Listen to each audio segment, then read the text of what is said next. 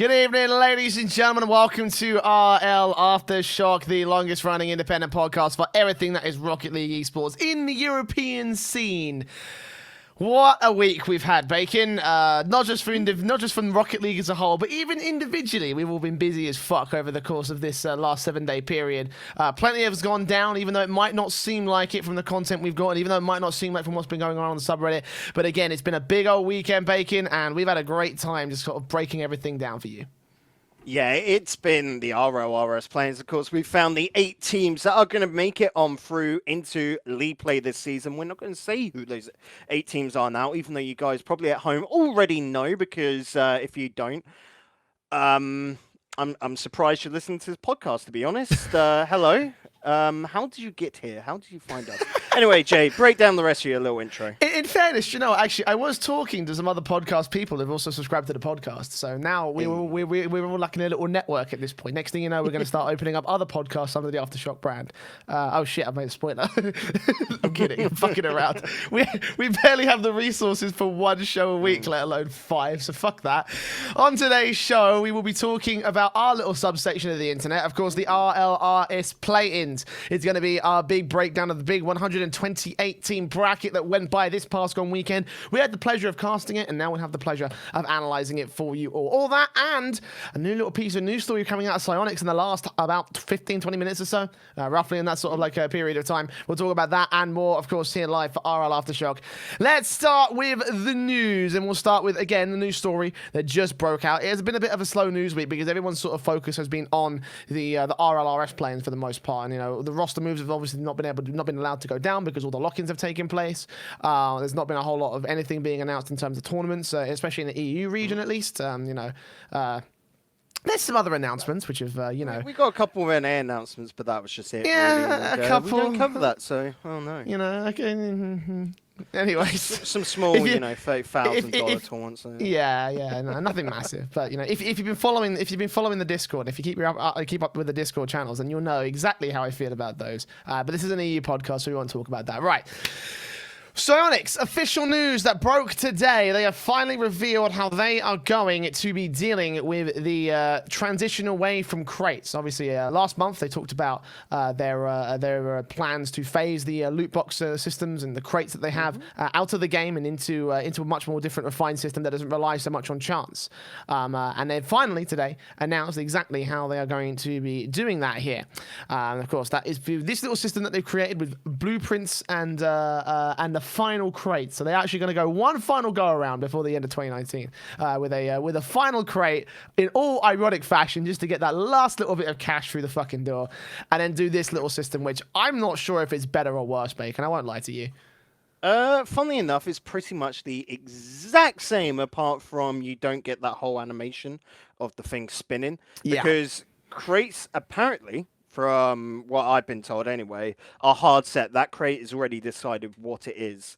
When it's traded, of course, no one else knows what it is, and yada, yada, yada.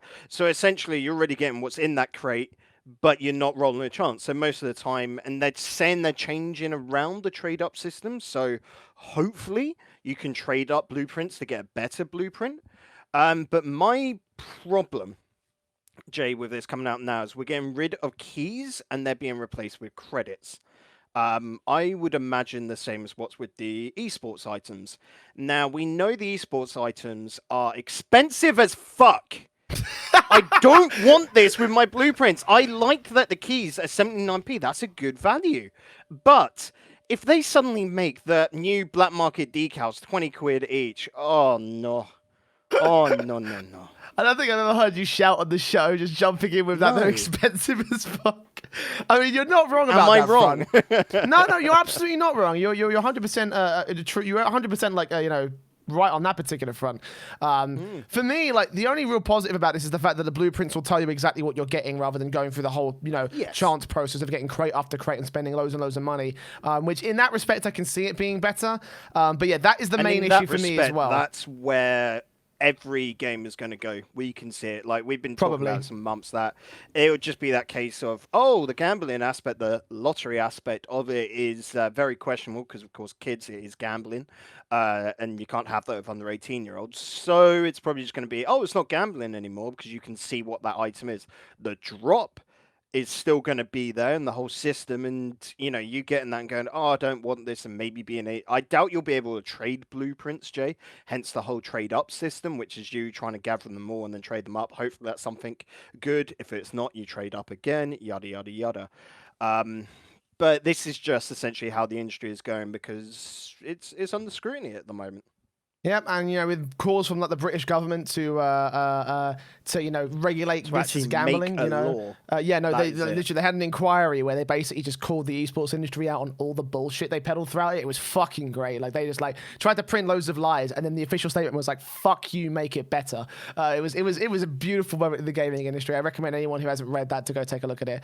But there is one final point of this little thing, and that's of course the Vindicator crate, which will be coming to Rocket League Thursday, October the 3rd. It's the final crate that will allow a new Senator battle car, a neuro agitator, I think is how you say that, a neuro agitator goal explosion, which of course you can see through the screenshot that is on the article, which does look pretty cool. I won't lie to you, but it is also the element of it's one final crate, as in just one Actually, final. I think that's the samurai on the picture in the article.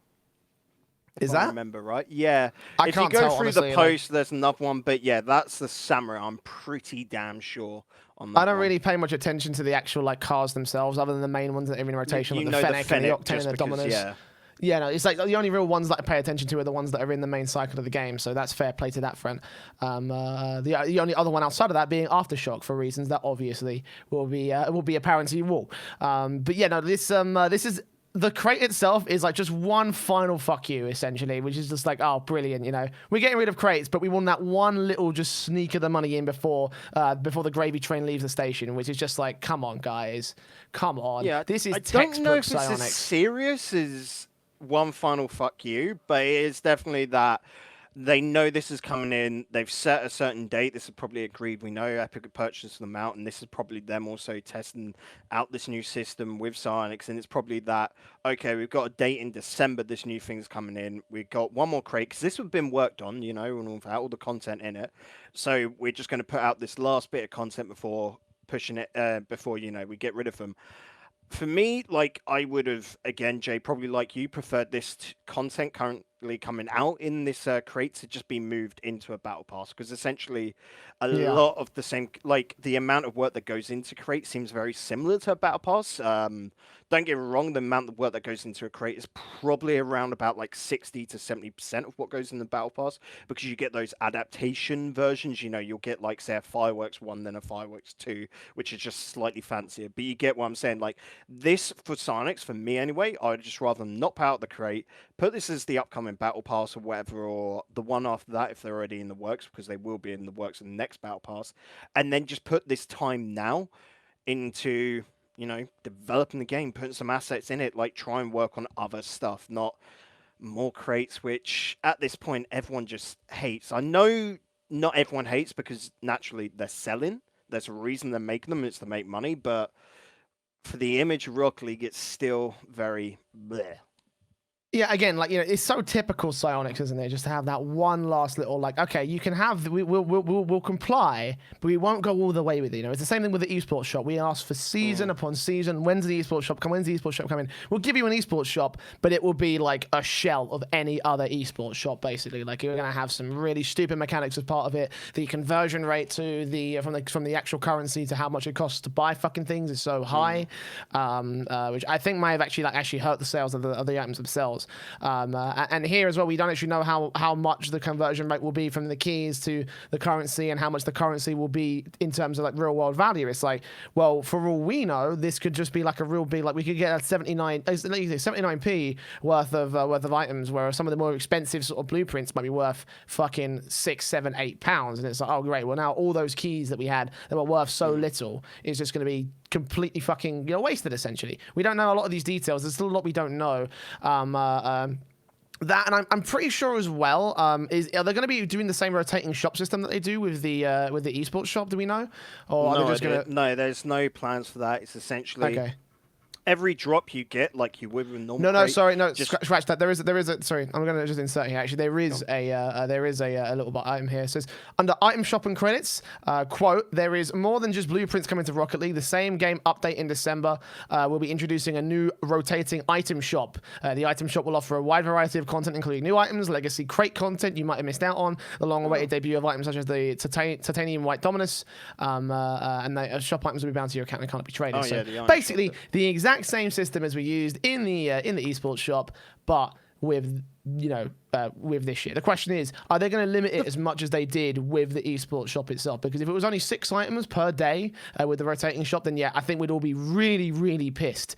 I think because you look at any other game, that's the normal way you rotate through items. Again, just going to use Fortnite because it's very hand in hand at the moment. It works once a day, and you get brand new items. Because there's a much wider pool, they would all be very different. And I'm fine with that, with the item shop being rotated. Here's the thing, right? Here's the thing, right? I have no problem with making items limited availability. You know, we talked about that when we talked about the esports item shop. We talked about how they could have like a limited edition of the items, like a gold champions edition, for example. But if they're only going to have 6 items rotating in every 24 to 48 hours, that's where the problem starts to kick in. If they had a shop of 20 items and it's like on sale now or buy this here, it's like a limited edition. Of again all the legacy crate items with the various rarities going back throughout the years. If they had those on like limited sort of like rotating and rotation, then yeah, I'd be okay with that. But we've seen obviously that the shops that Psyonix have done with the rotating item system hasn't always worked out and has kind of pissed a lot of people off in that respect. And that's the reason why I'm concerned about this, because while I don't personally buy items for Rocket League, I'm not really into that, to be honest. I don't really play the game. I don't play the game in the traditional sense, so I don't really. This doesn't interest me individually. You just don't play the game. That's it, really. You'll fire it once in the blue moon. I'll fire it out once in the blue moon and play some ranked, and then everyone will be like, "Fuck you, get off our team." Essentially, is how it will go. Because there's not been a hard reset, you're still plat, and everyone has no clue why. I'm probably not even worth plat. I'm probably worth fucking silver. That was the last true rank I actually had in the game. But the point is that for me, it doesn't really affect a whole lot of anything. Jesus. For me, it doesn't affect a whole lot of anything, but the way that the Psyonix have conducted themselves around these shops in the past leaves a lot to be worried about for the general casual audience. Yeah, I definitely agree. Like, you got to use the examples you looked at what they've done in the past. I'm hoping there's going to be a change. Like, this is the problem with a lot of Rocket League. There's hope for us at the moment, like what they're going to do in the future. And again, there's still so much which they promised in the past, which hasn't come through. And it's becoming very demoralizing being a fan of Rocket League, isn't it? I mean, if you were there at the conversation that myself, Tag Matter, and B Shadow J were having in the subpart Discord the other day, then you would certainly be among that sort of agreement. But I digress about that. We'll talk about that probably another episode of the podcast. Maybe we'll get some special guests. Maybe we'll get those guys in when we fix our recording issues. But for the time being, that's going to be it from the news. Again, very slow news week. The only real news point we had to make. So we'll just move on from that and talk about some mailbag stuff. Again, a very slow one, so not a whole lot of mailbag questions coming in. But of course, if you do want to send a mailbag question, then of course you can join the Discord link where there is a mailbag channel for you to send us a question, send us a comment, anything you want, and chances are we'll read it on the show, we'll respond to it live here on Aftershock. And again, only one mailbag question this week, and it comes from our great social media manager in Trox, who says, seeds that went into the RLRS, this is all quote, seeds that went into the RLRS 1, 6, 8, 9, 10, 14, 18, and 20. So anyone's game, or does the format need... that doesn't make any sense. I think he's asking the question, does the format need a change? Also, final matches were done at 9 p.m. CET, which is a massive time change in the first qualification matches where we were at 5 to 6 CET. 7 hours of constant mod attention and player attention just sounds tiring without participating already.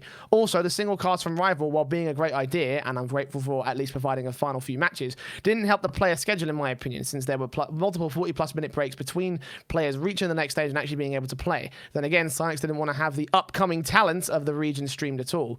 There's several points to break down about this, so we'll just start from the top and work our way down to the bottom. So, does the format need a change? Yes. Well, I think Next question. I was going to say anyone's game. We'll do that as the first one before we go into the whole format talk. I think it was pretty much anyone's game this weekend. Like Yeah, for top 32. Here's the I'd thing. Here's the argue. thing, right? It's always going to be that way because we don't truly have a good idea into the talent pool from an in-depth perspective. Like we can take a look at the RLCS or the RLRS level and like rank them based on how they perform in the leagues themselves because we have a decent amount of knowledge about them because they're always the guys at the forefront. They're always the guys playing week in, week out. They're always the guys that are attending LANs. They're always the guys that we see on the streams all the time because they are the best at the moment. For the bubble scene, though, there isn't that kind of exposure. There aren't that many tournaments about, and there aren't many. There isn't a lot of knowledge about those players other than what we already do here in Aftershock. And even then, we've struggled with quite a lot of our picks and predictions about who we think we should go through. Again, I sort of take a look at the list and I had like 13 or so teams that I personally thought could possibly have made it in. And some of those teams did. Some of those teams most certainly couldn't have possibly done. So there is a level of that, but I also think the format needs a change. It's something we've been talking about for a long time. On the day performance. All of these brackets are played out within a single day. It's the same for the open qualifiers, which I think is fair enough because they're the best of three, so you can get through them relatively quickly. But the 1/2018 bracket, the chance that everyone has to make it in, like that needs to be over the course of 2 days at least, like preferably a weekend. If you could just do Friday, Saturday, Sunday, maybe it might not work that way because obviously people have stuff to do on Friday, but start it in the evening, then continue it over the day, of course, on Saturday afternoon for 3 hours or so, Sunday afternoon for 3 more hours, and then you could spread the 7 or 8 hours that you have to play Rocket League for over a longer elongated period of time, mitigating any decisive circumstances that may have affected you on day one. Those might not be around for day 3, for example, and that's the reason why we have some real big sort of seeding issues with the seeds and the way that the seeds are played out in terms of going from, the first seed sure made it in, but then 2nd, 3rd, 4th, and 5th did not make it into the RLRS whatsoever. That should not, that either indicates a format fail or a seed fail. And I think that there is also a little bit of blame on both ends, because I also think the seeds for this particular play-ins were a bit shit. They were just, again, I think I said it before, and I think this was last week. I went, the seeding is questionable, but I do not envy whoever had to do the seeding here because it was the hardest seeding I think there ever was to put down. When we looked to last season, you had the Renegade Cups to base everything off, Jay. Now you've just had these little weeklies and not every team is playing in them. Hence why teams like Fadeaway, for example, got top seed. Their only note was, of course, Montreal, which wasn't against any of the other teams here and was basically off namesake alone. Now, don't get me wrong, they got through and they were top seeds, so you can argue, was it just down to the seed? But looking at their performance on stream, they clapped everyone, so fair enough. But there is that sort of, at the moment, there's not enough competition within Europe to do an effective seeding, I would argue. Yeah. You said earlier, the starting question was it anyone's game? Like I said, I reckon up until 32nd seed, you could have really clearly put anyone's game, but even then, I could have looked down to 42nd or even top 50 might be able to have a shot. I mean, that's more of a grab, but it's always that on the day they can do damage sort of deal, And again, it's that on-the-day situation. If this was spread across Friday through Sunday, then I don't think we would have had such an on-the-day sort of, scapegoat, essentially. We wouldn't have been saying, oh, on the day, any of these teams can make it, or on the day, shit could go down, or on the day this, on the day that. It's like, it's such a consistent thing as well with Psyonix as well, because it's like, they ruin a whole season on the basis of one performance on one day. Something we complained about with Loche, for example, when they went 7-0 and couldn't make it into the RLCS, even though they had the most consistent sort of season out of anybody from that particular level of gameplay. And this is the same thing here as well. So many big teams that I think should have deserved their chance to make it into the RLRS. We're going to talk about them a little bit later, but so just to name one of the examples, E-Girls, for example. E-Girls got consistently shut down, and I think that by the end of their sort of run in the bracket, they just couldn't get the mentality game because they were so broken because they've realized these issues. They didn't have a day to reset themselves and try and break through the mold, essentially. Like all the qualifying matches, I think, should have been done on day 3. It should have been done on something like Sunday, for example. I was going to go on. I think we talked about this a little bit after the last qualifiers round and how we wanted that sort of ESCA format where it's a season log. long sort of league. So you'd have your RLCS and RLRS currently playing out how they are, but then when you get demoted, you go up against the top four from the below league, and just essentially putting in another league below, which would be your bubble league, which would be handled by, let's say, Rival Esports, just because they've been doing these play-ins, and then you just let them handle that sort of thing. So that's the stuff that's not going out as your premier event, but it's just going on in the background, and Psyonix can have control over it because that's what they like. But then giving off that payload to a community org, which again, you're saying it, you're going to a community org, the lads that know how to handle this stuff, and at the same time will be thankful for it. All the players would be thankful for it instead of going over to, let's just use the example recently of CRL going on over to Face It and then getting completely botched, to which Psyonix actually brought in CCA to be able to handle and take all the administrative role, and it seems to have gone a lot better since they taken control of it, still using the format. That's why we're saying we want a third sort of tier. They want to get this third tier, and we saw from the Renegade Cups, which last season. Wow. Why not just put that money into a better format that's not instead what felt more like you were trying to bolster all the community orgs through different months? Just make it a nice, normal event, Well, I mean, you say put the money into creating a better format and creating a better wing of the RLCS, but then I also hear stuff about, the funding that we get for CRL, and also some behind-the-scenes sources telling me that the Renegade Cup money that was supposed to be done for 2019 actually going into another North American project, which is just really fucking annoying. I mean, I'm not going to say that that's a fact for certain. Again, it's an unverified source for me, but, that's the reason why I'm keeping it really vague. So it's like, that's what frustrates me the most about this, because we wouldn't have to worry about, are they going to be able to perform on the day? There's so many ways you can mitigate this issue, and so many ways you could sort of change things up to make sure that things actually play out the way that they on paper and on the seeding paper should do, but we don't ever see it. And it's such an easy thing to do, because you could just say, right, guys, here you go. Handle the Rocket League Open Series. We handle the third tier of the RLCS, essentially. You just fucking just go for it. It's such an easy thing to do, because they've done it with CCA. They can do it with Rival. They can do it with fucking Smash, for example. They could easily just say, Smash, right, here's $10,000, run an open league. It wouldn't even be that fucking difficult.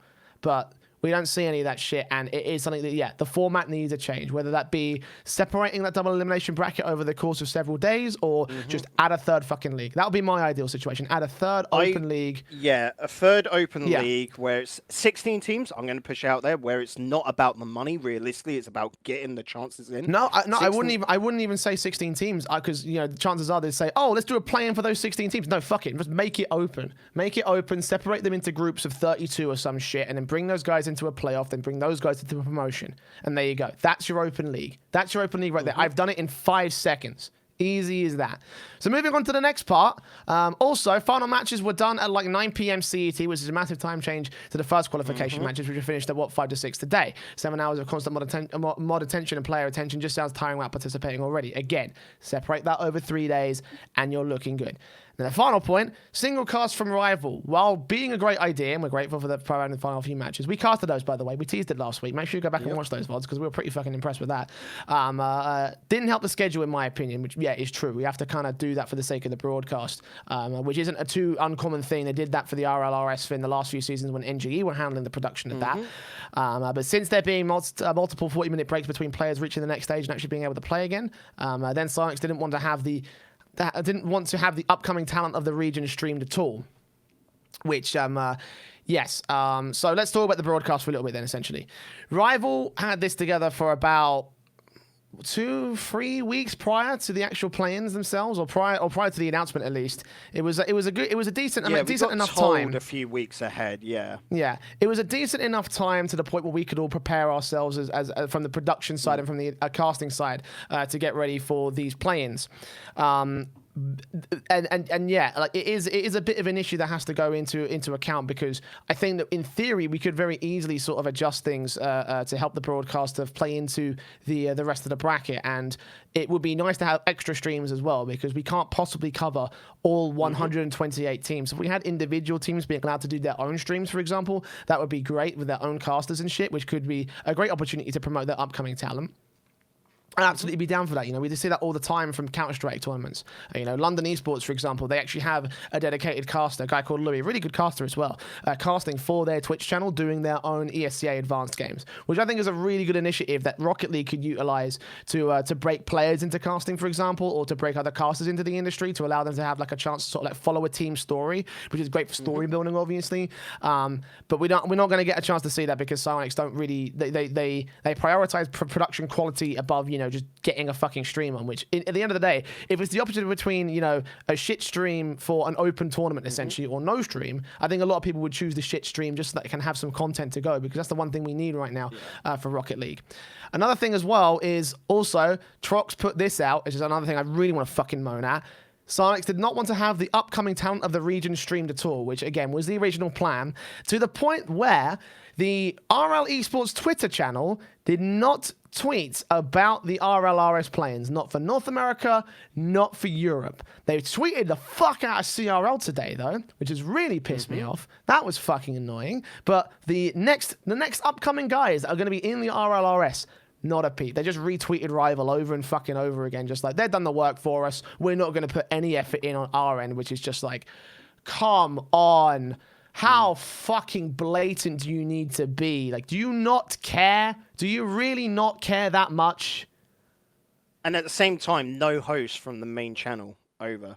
Like, that for me is what hurts me quite a lot, is that the main Rocket League channel, which anyone, if they want Rocket League content, should be able to go and get sort of competitive games, you know, was not hosting these tournaments. And we've had this complaint in the past of not just, you know, the play-ins, which should definitely be hosted, but, you know, just any big name, like confirmed community org to say the Beyond stuff that's currently going on, which was over the weekend. They announced, you know, the 30K stuff, but it's just that, why is that not happening? These are the basics, aren't they? If you're just there, the overarching body for Rocket League, you should be trying to get as much attention to everything.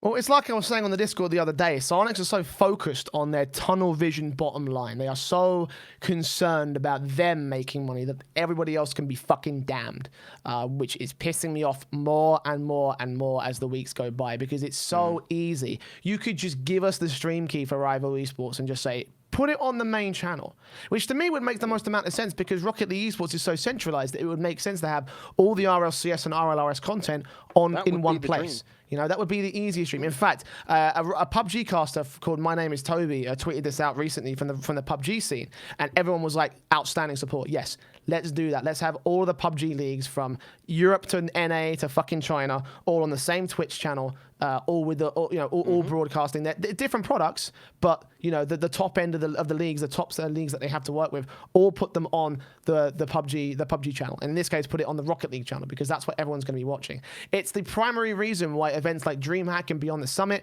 don't get viewers. You know, they are the biggest and best tournaments in the scene. They are the most, I argue, the most prestigious based off format and structure alone.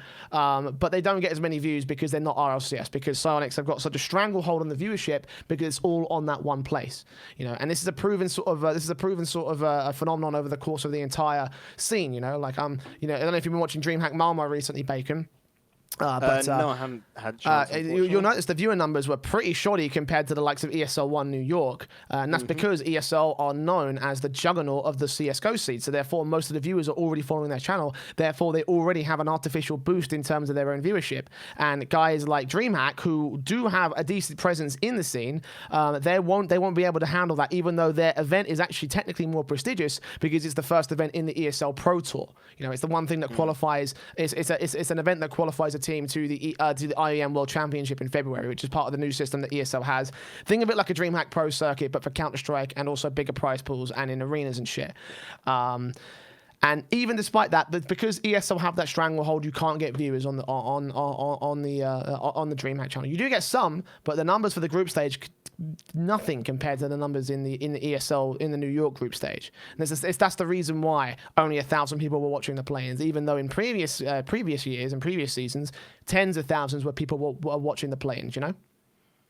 Yeah, and again, this is something which I've oh blimey, where did I see this near enough in play. I want to say it's like Rainbow Six, where essentially they have that Rainbow Six channel, which ESL broadcasts to. When they get in other sort of sponsored events, they broadcast it to that.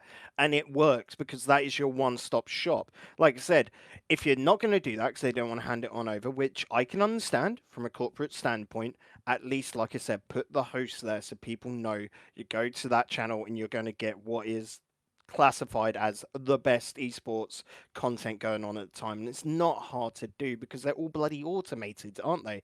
Yeah. Essentially, and again, like I said, they've got someone that works at Psyonix is in charge of Twitter.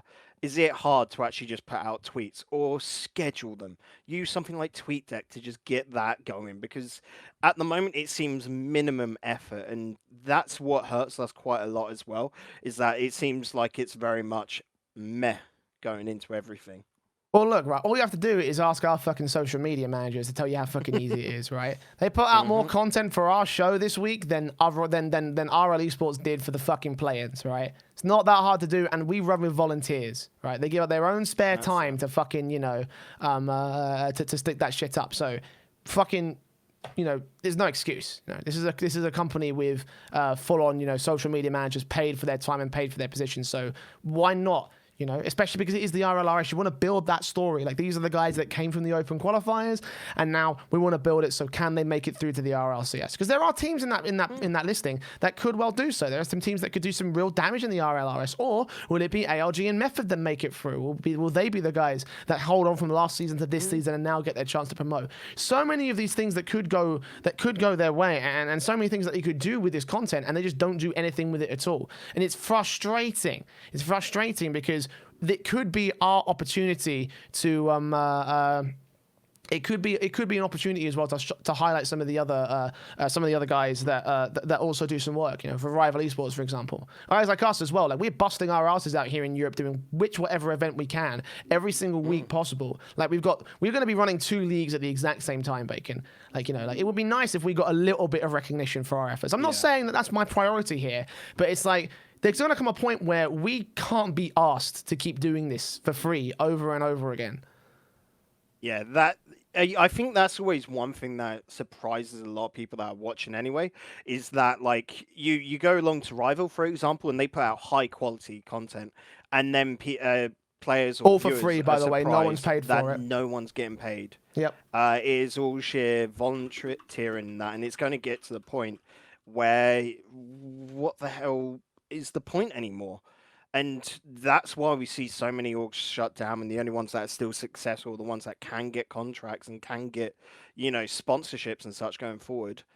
And yeah, Rocket League is in a bit of a awkward place purely for that, but I think that's something we can expand on maybe another day. Yeah, we'll have to make a special talking point about that. I need to make a list of all these talking points, because I say we'll do it Probably in the next when it's episode. A quiet week, yeah. Yeah, we'll do it in the next episode, and we'll talk about that, and we'll use that as the feature. But I never write them down, so I'm actually going to do that this time. Future Jay, when you're editing the podcast, write this on a notepad and save it in the Aftershock folder. Thank you very much, Trox, for your question. Again, if you do want to send us a mailbag question, then the link to the Discord channel is in the show notes and video description of every single episode of the podcast. Or if you're watching live on Twitch right now, you're not already part of the Discord, type !Discord right now and follow that link. There is a mailbag channel. And if you send us a question, chances are we'll answer it in the next edition of RL Aftershock. Right. Let's talk about the big motherfucker of the week. It's the RLRS Play-ins. 128 teams took to their computers, and they all fought for their chance to be one of 8 potential squads making it into the next season of the RLRS. We have talked a little bit about some of the minutiae of the tournament thus far. I just realised that's 384 people playing across in just each region. 384 people per region. There's going to be a lot of upsets. Let's put it that way. A lot of people that are just like, oh, fuck, well, we didn't make it this time.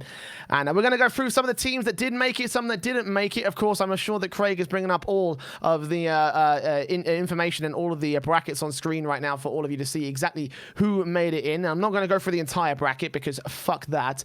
But we will show you the the teams that obviously made it in. So starting from top to bottom, we have Fadeaway, Echo Zulu, Flaunt Razon, and Discombobulators making it in from the upper bracket, and in the lower bracket, Team Vertex, Underwater Squad, Pepetios Canyons, and Baguette Squad making it back in for another season of the RLRS, which of course makes sure final squads for the RLCS's rival series will be ARG, Method, plus those 8 teams that we just mentioned from the play-ins. Now, last week we did make a prediction game. We did go on through and talk about some of the squads that we thought could have a shout in this one, and we talked about some of the teams that we thought would make it and some of the teams we thought could make it. So we're going to go through some of those sides, and as usual, as we always do with Aftershock, we're going to go from the lower end of the teams that didn't make it through, and we'll go right up to the guys who winners, and we're going to have a topic for each one of the winners in this bracket. So a team that we rated pretty highly were the Juveniles, Bacon. We said this is a team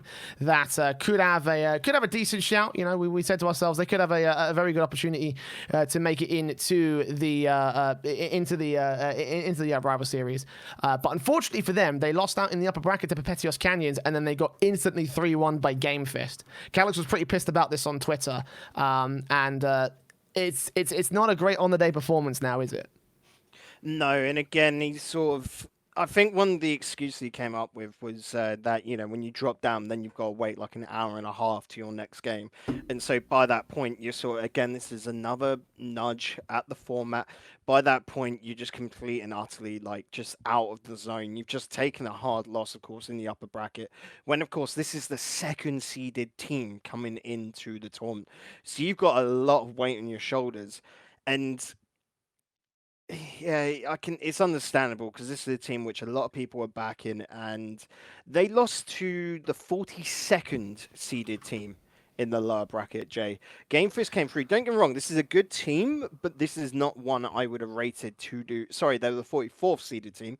This is one that I would have not rated to take them down. Brown Swaggered, Pietrix, and Oli, which, yeah, Pietrix and Aoli, I have no idea who they are. Yeah, that was the reason why I didn't even highlight them last time. You know, we talked about. I was going to say, hey, Game Fist, Game Fist are playing, and I was going to say, hey, these are the guys from the what's it, the Renegade Cup. But for them, you know, they made top 16, but the only real team player that I mentioned that I think that I thought to mention was Brams, and I was like, well, that's just him. That's only him. He's the only player of Game Fist, so it's not really any. It's not really a team that we thought would actually make it far. I honestly thought they'd be out in round 2 or 3, in the lower bracket, I should add. So this should have been an easy victory for the Juveniles, but the fact that they didn't make it in, very concerning, I think. And again, Calyx is pretty pissed about that because on paper they should have been able to win. You know, he said it himself on Twitter. Imagine getting knocked out and outstyled by fucking nobodies or no names. Him, Breezy, and Blurry obviously are the team that we talked about a lot as well. We were like, this is a squad that fucking smashed it out of the park and destroyed essentially. In some of the recent, in some of the previous qualifiers, it's like, you know, this is the Cordial Aeriality squad that did so well in DreamHack. We called it the Clock Tower Aeriality, and Breezy and Blurry just apparently didn't show up. Calyx is not the right element, and it does bring to light a question that we talked about previously as well. Is like, was losing Tylacto the thing that turned this over on their? It was the thing that sort of like, you know, stop them from getting so far forward, because we talk about him as such a great leader who can play around the fast-paced players. It's Calyx, who I don't think can. I think that's just how, like, because this is one of the realisms of, again, playoff brackets and how it just comes to how things fall on the day. When you put a thing to one day, you can have just a naff day, because you talk about Tylacto. He got one round further in the lower bracket, but arguably, like, the way it showed out is that, you know, after Juveniles, they would have gone up against, after Game Fish, Juveniles, if they did win it, would have gone up against 1 BIM, 2 BAM, which is a very strong side as well, and then have to go up against Team Vertex, which was the team that eventually got through. And it is just harsh teams. Someone's got a drop, and Game Fist on the day was just having a remarkable one and able to knock them out, because you got to think Game Fist dropped from the upper bracket by Aeriality as well, so it's quite funny how it all links up, little conspiracy theory lines and all of that. But it's just, it's one of those harsh days. It weren't their day, and the only thing I can really blame it on is the format, which we want changing, but that's just how it is. That's how it goes. Well, for today, obviously, that is most certainly the case. I mean, it's it's just very frustrating, I think, again, because we talked a lot earlier when Truck sent in his mailbag talking about how if the format had changed, we could be seeing different results. And I honestly think this is one of those results that, yeah, if the format did change, if they were able to come in warmed up and hot and ready to go, then even if they did drop the Game Fist, they probably should have been able to take Game Fist out. And let's talk about a theoretical right here. Let's talk about what they could have been able to do, because 1 BIM, 2 BAM were next. And I don't think that they looked like they were on form today, especially when we saw them against Vertex. We'll talk about that in a quick second. Juveniles, I think, could have very easily gone through. I mean, it would have been a tough series against 1 BIM, 2 BAM, but if they won that, then Vertex should have been absolutely no problems, I think.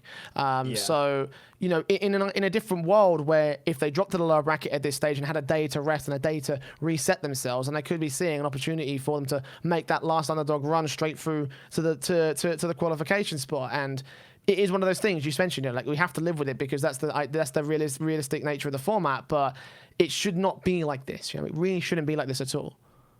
No, it shouldn't. And like we said, even if it was just you split up the bracket across 2 days, it would have been a lot better. You get your weaker teams out the way in day one, being very harsh, that's just how it is.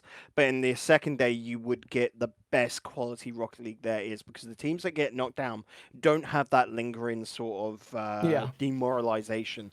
They can come back, and we could have seen a whole different lower bracket. And like we said, that's just us trying to say we keep with the same format as still 128 playoffs, but you just get the you get the winning teams play through on day one, get that all out of the way, and then you leave a lot of the lower bracket for day 2 to run out, because that would be not only for us having, a broadcast that went on for hours upon hours, but also for the guys at home to have that break. Because again, by the time that you get to the end and it's been 9 hours of you sitting at your PC playing, you're going to be knackered.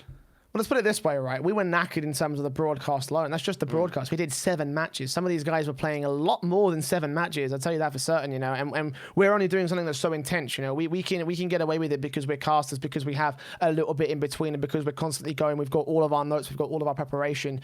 It doesn't take...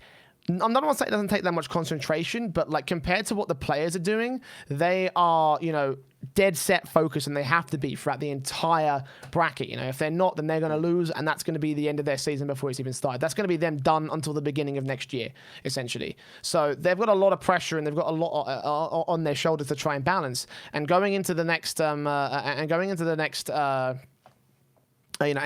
next season, like it would be a serious opportunity to revamp the bracket and allow that sort of circuit, those issues to be mitigated by, again, extra days and less hours to play in the whole day. Because again, I fucking hate it. I hate it so much, the idea that we have to put an entire team's season down to their performance on a single day. We hated it with Veloce. We've hated it for the past 3 seasons. We've hated it ever since Rocket League evolved in terms of the scene itself. And it feels like the RLCS hasn't evolved in that particular regard. Juveniles are a team that I think are the perfect example of a squad that got hurt by this, Yeah, quick thought, just if you've got more than 16 teams, don't do a playoff. There you go. That would solve I like that idea, actually, yeah. A 128 team league. A 128 team round robin league. Yes. Well, you can just split it up into tons of groups and then push them through that way and do multiple group stages. That's the way to do it. 16, 32. Yeah. 4 groups of 16. 4 groups of 16. There you go. Do that over the season. I would probably do 8 groups of 8, and then move that into 4 groups of 8, and then you've got your double elim 16-team playoff. That's the way I'd do it, and then it's split across multiple days. Like take it across the whole month. And then you have got, and Felix in chat saying Swiss. Yeah, I was going to say, channel your inner esports Murphy and I go wouldn't for a mind Swiss if system. those group stages were Swiss. Like, that is quite a good way to do it. And maybe Imagine those 4 groups of 16, Yeah, exactly. cutting 128 teams to 64 teams. Well, that's not even a thing, right? Imagine just a big Swiss system to cut your 128 teams to 64 teams and then playing out from there. It would be a great. I think it would be a great sort of little system to work with. And again, it's just a case of trying to mitigate those circumstances by adding more steps to the ladder or by adding more days to the system. Again, that is the thing that Juveniles got hurt by. It's the system itself.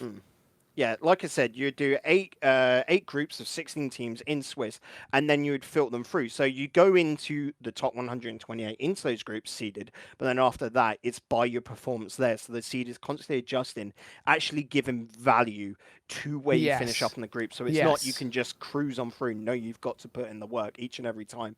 That for me, I would feel would be the best way to do it if you wanted to keep with just the two leagues. Like we said, we want more of like that ESEA sort of format, but a route into it is it's got to be changed right now.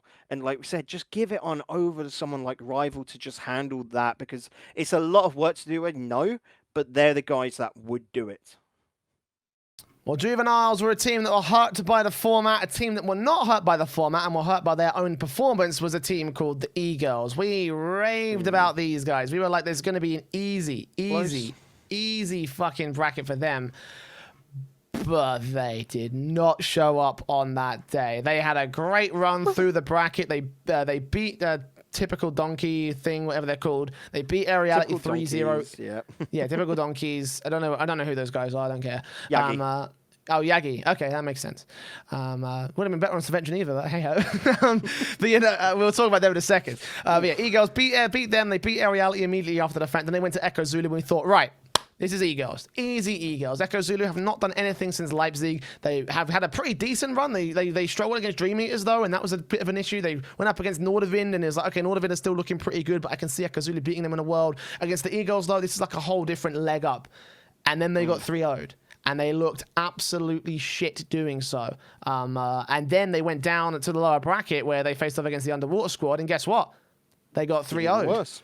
They got 3-0'd. It was literally, they looked like a team that did not deserve to be in these stages of the tournament.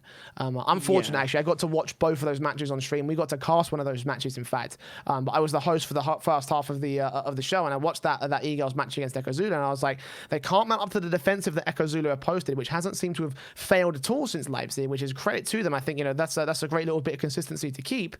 But this is a side that could have very easily outpaced them if they were playing as a unit, but it strikes levels of Savage at their lowest sort of levels. You know, when we saw them at Valencia and they were playing like 3-1s players that were touching the ball without any sort of like level of idea of what they wanted to do with it. You know, no teamwork, just 3-1s players playing as ones players and unable to mount up to the incredible team play that Echo Zulu brought to the day.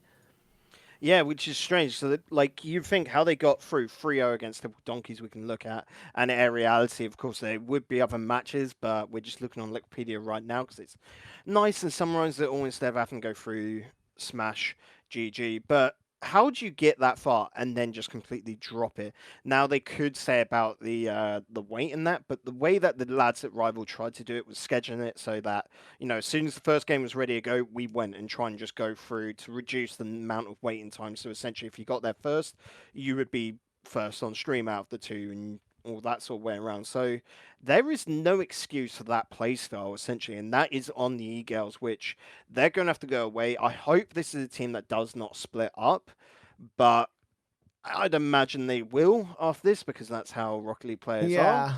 Well, here's the thing, actually. Here's the thing. I saw a lot of potential in those guys. You know, I saw a lot of opportunities that Ixo and Arju could have worked together because Ixo's still a fucking great player. Like, you know, I don't think he was the problem in this roster at all. But every time there was an issue, and I will say this, that I think that the team play issues came down to one individual, that being Pondex.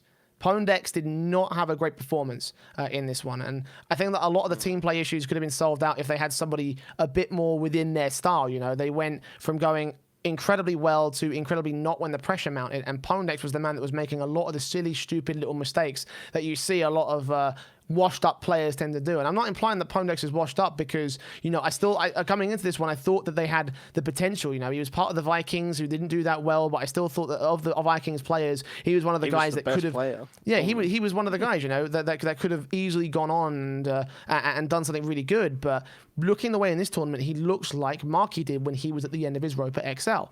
And for Pondex, that's very unexpected. And I don't think that it's a great fit for the E-Girls in the context of what they did on this day. Yeah, and definitely agree on that. And my only problem is continuing on the point of just this team not going to stick together. It comes down to a whole maybe. I mean, let's be real here, right? There Most has of the to be teams incentive to stay together.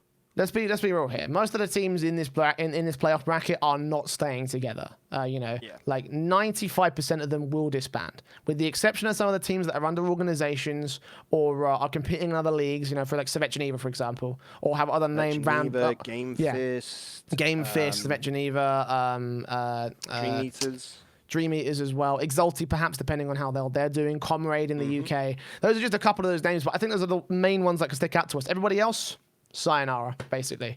Like that's going to be the case that the Eagles go down. And again, this is a team that we looked at during the play-ins of the during the qualifiers of fucking what have you of DreamHack, and we were like, shit, these guys are legit, and now they are completely not legit whatsoever. Yeah, and that I don't know what. Luckily, they're young enough for Ixo and Arju anyway. That this ain't it for them.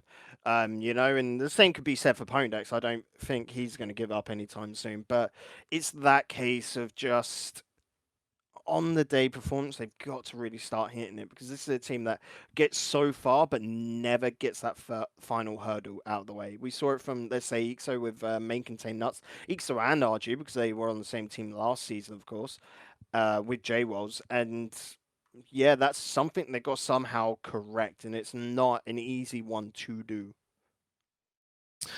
Another team they got to make some corrections as well is the Big Brain Gamers. This is one of the actual picks that we made, then I disagreed on. That I said, I think that these guys can go in above. I believe it was for you, Discombobulators, I believe is what I said about that. Yep. And I said, I have faith in what these guys can do. You can be smug, because I was so fucking wrong. So wrong about how they did in this one. We saw them get to the upper bracket where they faced up against the Discombobulators. We didn't get to see that on the stream, but we saw Discombobulators beat them regardless, and I was like, okay, that's actually pretty fucking legit. Fair play to the Discombobulators. They actually managed to not only trump in terms of the results, but you have to trump me directly with the head-to-head results. So that's worked out pretty fucking well for you. Then they faced up against the Baguette squad, and they also did not look good. I mean, I looked at this. Squad did look good. We have to give them that. We'll come on to theirs. We'll come on to them as well. But I also think there was an element of the Big Brain Gamers were past it. I had a lot of faith in Niels Cook. I've seen him perform at LANs, and I thought to myself, yeah, okay, his last stint at XL, he still looked like a pretty capable player, but he's past his prime now, and it's very obvious. The same thing is also for Alex in the same. Like, I thought to myself, he's got the RLRS experience. He's out of a team pretty unjustifiably. He's been the RLCS. He's been out of a team again because of the fact that they disbanded and a lot went to the new Mouse Sports squad. And now, with this little set of misfits, essentially, I thought that they can make a play, and I thought that the only real weak point was J-Walls, because we haven't seen him at a top level of competition. But very clearly, Niels Cook and Alex are past their prime, so I'm going to hold my head up and say I was wrong about that 100%. Yeah, like if this was Niels Cook a year ago, then I'd have no problems with this. Then this should have been them going through. But this is Niels Cook in 2019, and I don't think he's the same player anymore. Nope, and again, it's that case of maybe that third tier of Rocket League. If we had it, he would fit in very nicely, because that's naturally where you go down. I can see these two guys going more into a coaching role now. J-Walls, I think he'll have another round of things. He's not washed at all. This is a lad that... This was just a very dysfunctional team anyway, because it was a Well, I will say, another point where you got it right as well was that, yeah, J-Wells was the strongest element. Even though I haven't seen him play in many big rosters, the last time actually was May Contain Nuts back earlier this year. Yep. So, coming up to this one, I was like, I don't really know how he's done since then, but you were right. He was the best element of the side. He was the best player that they had, and... Yeah, he's got a future, but Alex and Niels Cook, I'm not too sure about that, to be honest. Yeah, they're going to have to probably put their heads together. If they got such big brains, hopefully they can come out with something. But who knows, Jay? Because this is one where this squad ain't staying together. We know it after this. Like, Niels doesn't have XL to fall back on and keep that with Gfinity anymore, because we know Gfinity Elite Series ain't a thing and they ain't ever coming back. There don't seem to be anything wanting to feel that. So where do you go from there? When they've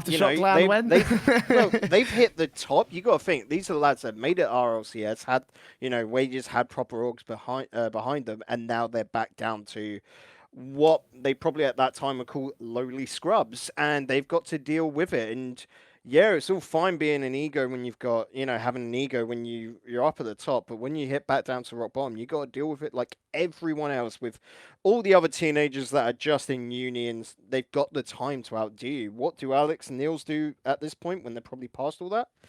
Probably just have to retire and get full-time jobs like normal people, Like, what do you do? Because they're probably, like, I don't know how old Niels is. I thought he was 22? Yeah, Niels, 22. according to Wikipedia, is 22. Alex is 20. Yeah, so Alex might have a little bit more back in him, but I don't know. But Niels probably is at that point now, at that age anyway, when you've got a game where you've got a lot of younger players and you're not hitting up that same stride, where you have to start thinking, like, and this is a harsh reality of esports, you have to think about your entire life at that age, because yikes, I mean, Jay, we even get that quite often with us as casters, don't we? yeah. And it's even worse with players. Well, that's the thing, right? I'm not sure it's 100% a. I don't think it's 100% gone for Niels Cook. I can still see him having a resurgence. Certainly not in this form. Absolutely not. But for his age, he is above the average age of a pro player in Rocket League.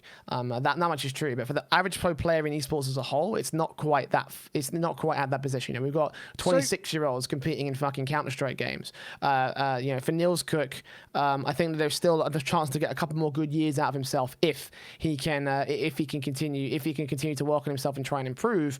For Alex, maybe he has got a bit more of it left in him. I think that's a more likely idea.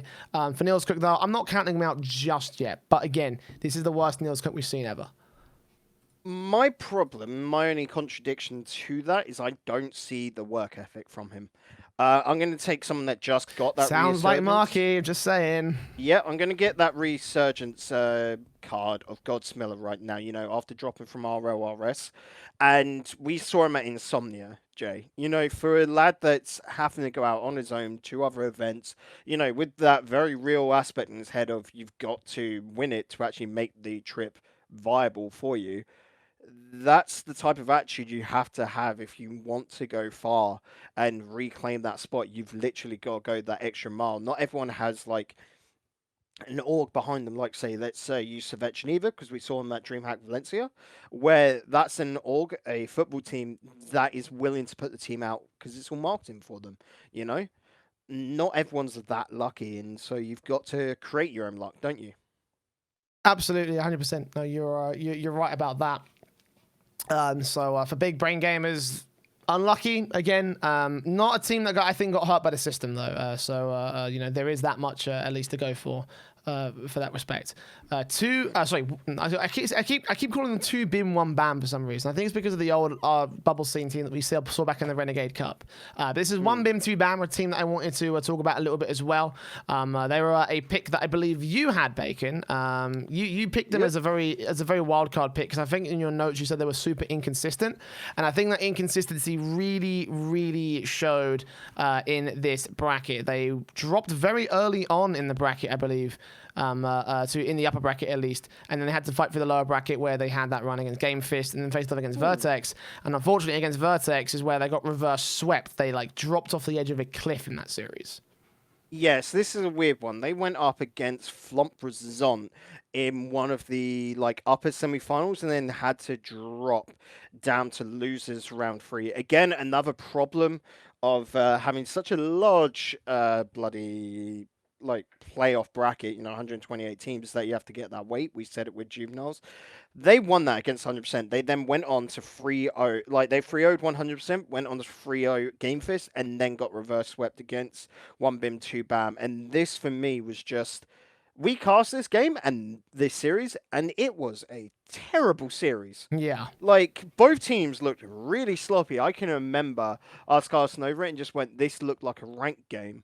So that's not bad, but it's not top level competitive Rocket League. It's not if it was realistically me, I don't think these two teams were playing at a level in that series alone that was worthy of making it into the RLRS. They clearly did play of that level to get to the spot, but both teams there were really sloppy, and that was the key overall word to describe that series.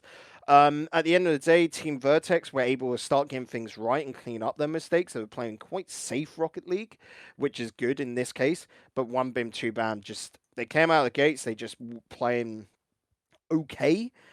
Vertex fixed themselves, and One Bim Two Bam never fixed themselves after that. It was really awkward and weird. Like, I was not expecting that kind of game. We weren't expecting all these sweeps, to be honest, but yeah, that's just how it happened on the day.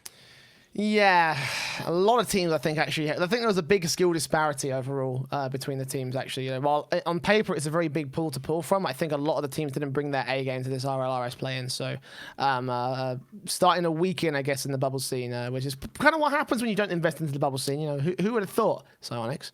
But I digress. That is, of course, the One Bim Two Bam side. I had a bit more faith in Mike Boy and fucking... Mike Boy and Justice to do some work. State did really good, I think. But I think there's a bit of a future for that particular duo, though, Mike Boy and Justice. They still have a little bit of potential in them. I think the MCOD project was a bit of a weird one because it has produced some capable players, one of which is now in the RLRS itself. But yeah, I can see something. I think there's something there. I don't think it's incredible, but I think it's something that we might see them back over in the next season. The next playoffs, actually. I'm not sure the next season. Yeah, so this is a weird one because right now in the Benelux region, Mike Boy is playing with Though for MCON still.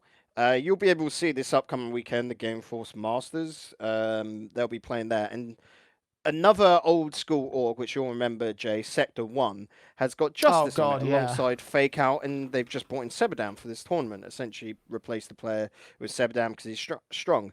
And there's Game Fist on there as well, and Team Echo Zulu. This is going to be a pretty banging tournament. But it's just a weird one of how that's split up, because I thought Though and Mike Boy really fell out. It's Though and Justice really fell out, but Mike Boy just was in the center of it. So they made these changes, and it's just, it's really, I don't know what is going on with these teams to have such split up teams, and playing in different tournaments together, because you look to other esports, Jay, let's take Counter-Strike, for example, and you don't really see that because, again, in those more structured esports, there's the incentive to stay together, isn't there? And actually work. I mean, I think it's more credit. I think it's more credit to Echo Zulu in that respect. That while all their, peers and players playing around each other are moving around, they've stayed together for the past 9 months or so. So good stuff coming out from them, obviously, and even more big stuff coming out from the Echo Zulu side. We'll talk about in a little minute. But for the losers side, there was one more team I wanted to talk about, that being Servette Geneva. And this is less of a losers and more of a case of you didn't make RLRS, but you still looked fucking great doing so. And I think this is the second season in a row where we've seen Servette Geneva get within 1 or 2 series of making it this time. This is, of course, not the Swiss team that we've seen playing in the TCS Esports League, but this is the one with Skyline, Mirrorwing, and Hello. And they looked pretty good throughout this one. They did have to run through the lower bracket for a little bit because they, in a very similar case to One Bim Two Bam, they lost in one of the semi-finals to Team Vertex. Actually, interesting enough at that. So they lost in the exact same round, and they fought against ESE, who are nobody. Although that being said, ESE also beat Exalti. Yeah, a Polish team, but not really any particularly big names. But they beat them, who interestingly enough also beat Exalti as well. Petrick being the only one. Decent. But yeah, like I said, no idea Bruz, who we actually saw during the Rocket Real stuff, and Bruz is actually not too bad. It would be interesting to see how he grows as a new player. But yeah, this was one where I'm victory. More surprised they got up there. Yeah, it went easy. They went to game 5. No, they shouldn't have been here, although they were, so credit to them in that respect. They did beat Exalti, which of course is the first team, which we won't talk about in this case, because I don't think anybody expected them to make it. We didn't expect Servette Geneva to make it, but the fact that they went all the way up against the Perpetuos Canyons, beating ESE and beating With My Boys, who very easily, I believe, could have been the team that were in this final match spot, which I believe was the final match we played on stream, if I recall correctly, or the second one. I can't remember. The bottom line is that Baguette Squad on stream. Yeah, so this is the second last game on stream, but the bottom line is that it was still an impressive little showing from the Servette Geneva squad. But I can't help but feel that if they played with Zafair, the player that they've been playing with week in and week out on league play days for TCS, they might have just been able to go a bit further, because it felt like Skyline was playing as the center of attention rather than allowing Hello and Mirror to show up. You're laughing because I don't think you agree, I'm laughing do because the with my boys statement, just because I can remember last week when we talked about this. You're like, oh, they're nobody's, they're not getting far, and I was like, you just had the whole of the French region daggers to you, you know, and you better watch your back because of Porto and Malakush. And yeah, they got to the not the runner-up spots, but the match before. So what's that? Losers round, like I want to say it's. I can't remember what it is on Smash, but like the losers semis essentially, and yeah, they did a good time. But yeah, like we said about Savet Geneva, for me, I am worried about this team probably on the national scale and everything next season around because Mirroring had a performance and a half, didn't he? Yeah, he did. Again, I think that the issue for Savet Geneva and the reason why they lost out to Perpetuos Canyons was the fact that Skyline really tried to take center stage. And as a result, it threw the team chemistry off ridiculously. Like the reason why we praise the fair so much, not only is he a really likable guy, but also he is the fucking he is also the guy that also knows exactly what to do and when to do it.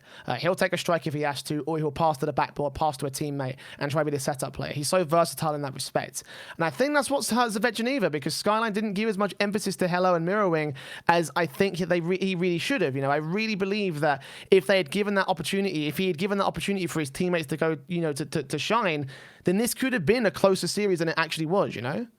Yeah, but I don't know, because this is hard, because Skyline's one of those players. No, it is tough. It's 100% credit tough. that he can just, every single RLRS, come out of the mist or whatever, and make it to points like this, where he is so damn close. Like, it shows that quality, like, that caliber of player, and it just mystifies me. And you can see at the same time, with how close they got, how Mirrorwing Hello decided to near enough remove Safair from that role and bring in Skyline because they had a run. You can't deny that, all Jay.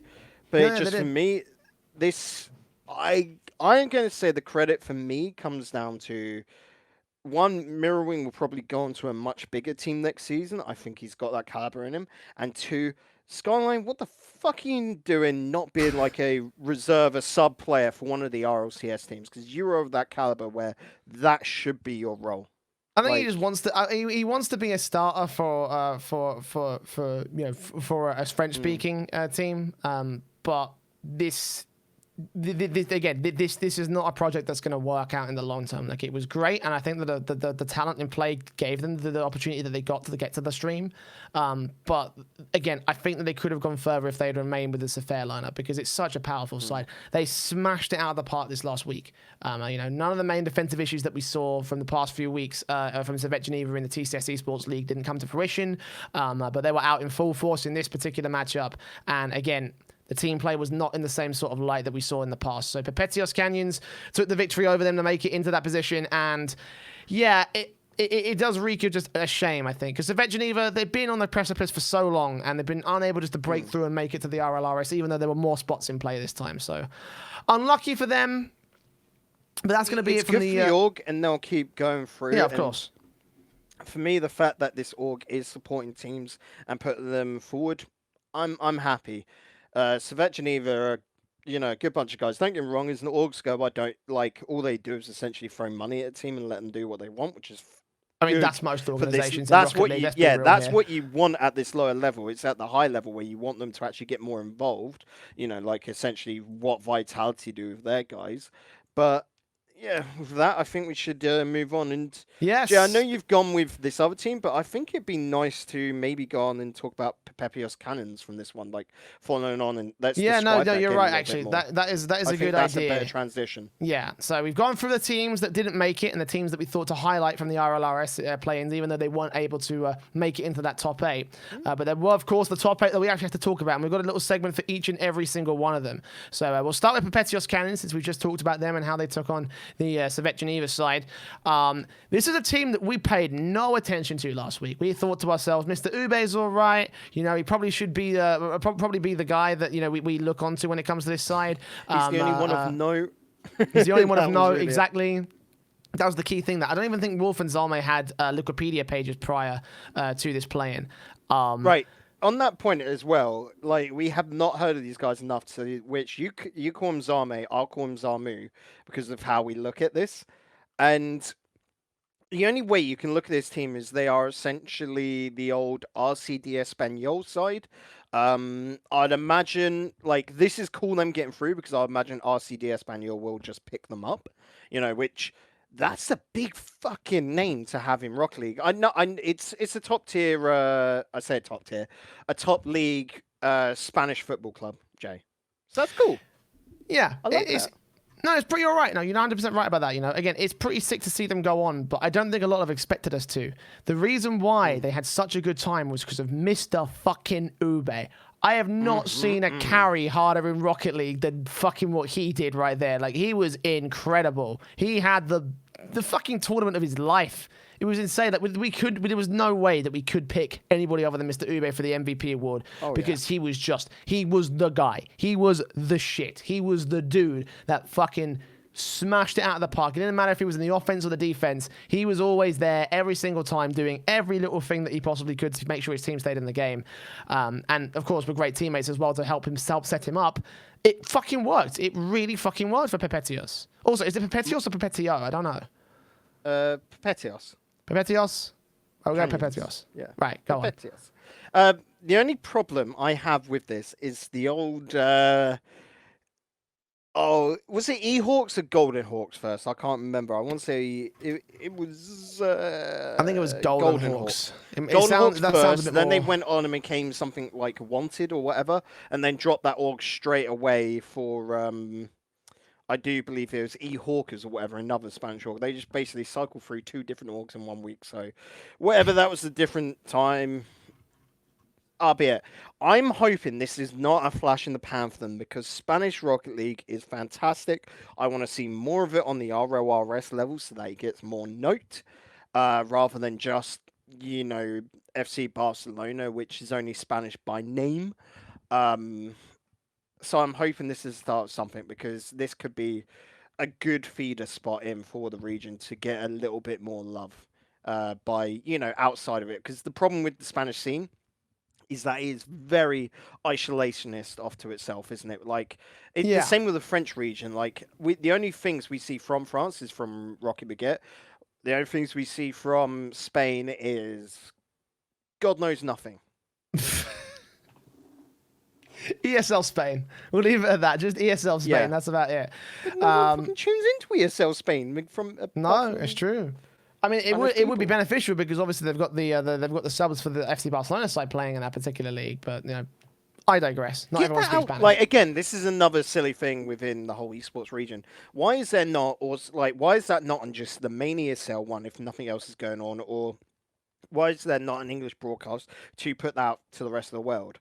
Hey, maybe we should get in touch. Maybe we should reach out to ESL, say, hey, we want to broadcast the Spanish league in English. Yeah. Be a pretty legit idea. Is it still ongoing right now? They might have to contact them for next season. I think that it would be for next season. I swear they have just finished. Yeah, that's right. They have just finished. Fair play. All right then. Yeah. All right then. Well, we'll get in touch for next season, and maybe we'll see it on RLAfterShock. We'll find out later. We'll give an announcement if that's actually the case. That's actually one of the jokey little things we'll do that I actually want to take seriously because that'd be a really cool thing just to have an extra sort of league that's broadcast in English to have some fucking content for the English speaking audience because Lord knows we have enough of that in Rocket League. But yeah, no, seriously, I did not know what to think of Pepetios Canyons. I didn't believe that they'd be able to do a whole lot of anything. But they did, and that's fair enough, just GG on their front. And yeah, just congrats. I don't know how far they'll go is the question again. I hope it's not a flash in the pan, but the question really remains is how far can they go in the RLRS for next season? Ooh, there we go. The ESL Masters finals is coming up this weekend for anyone that's interested. It is FC Barcelona versus Espanyol, essentially the Pepetios Canyon side. It'll probably be Stake, Zamu, and Nachtal, to be honest. And then on the opposite side is ARG versus Crazy Crew. So, right then, I'm going to get in touch with ESL and say, hey, would you like 4,000 euros on the line with I think 500 going somewhere else. I can't remember. All right then. Well, I'm definitely going to be in touch see if we can get something going for the it's 4,500. Yep, I'm being dumb. Yeah, I'm going to see if we can get something going in that respect then, because that seems like it would be a really cool thing to broadcast. Because get Crafters or Jay on board because I'm out in Belgium this weekend, aren't I? We'll see. If there's anything, I'll put it on RL Aftershock, but we'll talk about that a little bit later down the road. Again, I'll say it'll be a super last second thing to put together. I'll reach out to my context in ESL and see if I can get something going. But that needs a restream. Yeah, it feels like it really does. So, anyways, let's move on and talk about let's continue talking about the RLRS, because obviously we still have to get through the other 7 teams that made it in, and we'll start with Echo Zulu after the Perpetuous Canyons, because we did not expect them to go through. We both said it's been a long time. It's not been they had a flash in the pan performance at Leipzig, but they haven't really had the opportunity. Last season they didn't make it into the RLRS, and this season we didn't think they would, but that is exactly what they've done. They have beaten the E-Girls 3-0. They struggled a little bit against Dream Eaters. They struggled a little bit against Nordavind, and we didn't expect them to do, to have such a hard time against the Russian side. Nordavind maybe more so, but then they looked really confident going up against the E-Girls. The defensive held against their offense, and they are now in the RLRS at long last. The season late, Bacon, but they're here. Yeah, and it was a weird one because, again, expect them last season, and then they just went really quiet on the international scale. Like, they weren't getting the results. Of course, we know in the Benelux region, Echo Zulu was still hitting things, but even then, they weren't anything, I want to say, amazing. Like, they weren't always the top team as such. Look to K's League and all of that for the examples there. But it was just always that... just where did that spark go? And then we finally, once again, fucking saw that spark. And they took on, again, Crazy Crew, good team, took on Nordavind 3-1. And then E-Girls the 3-0.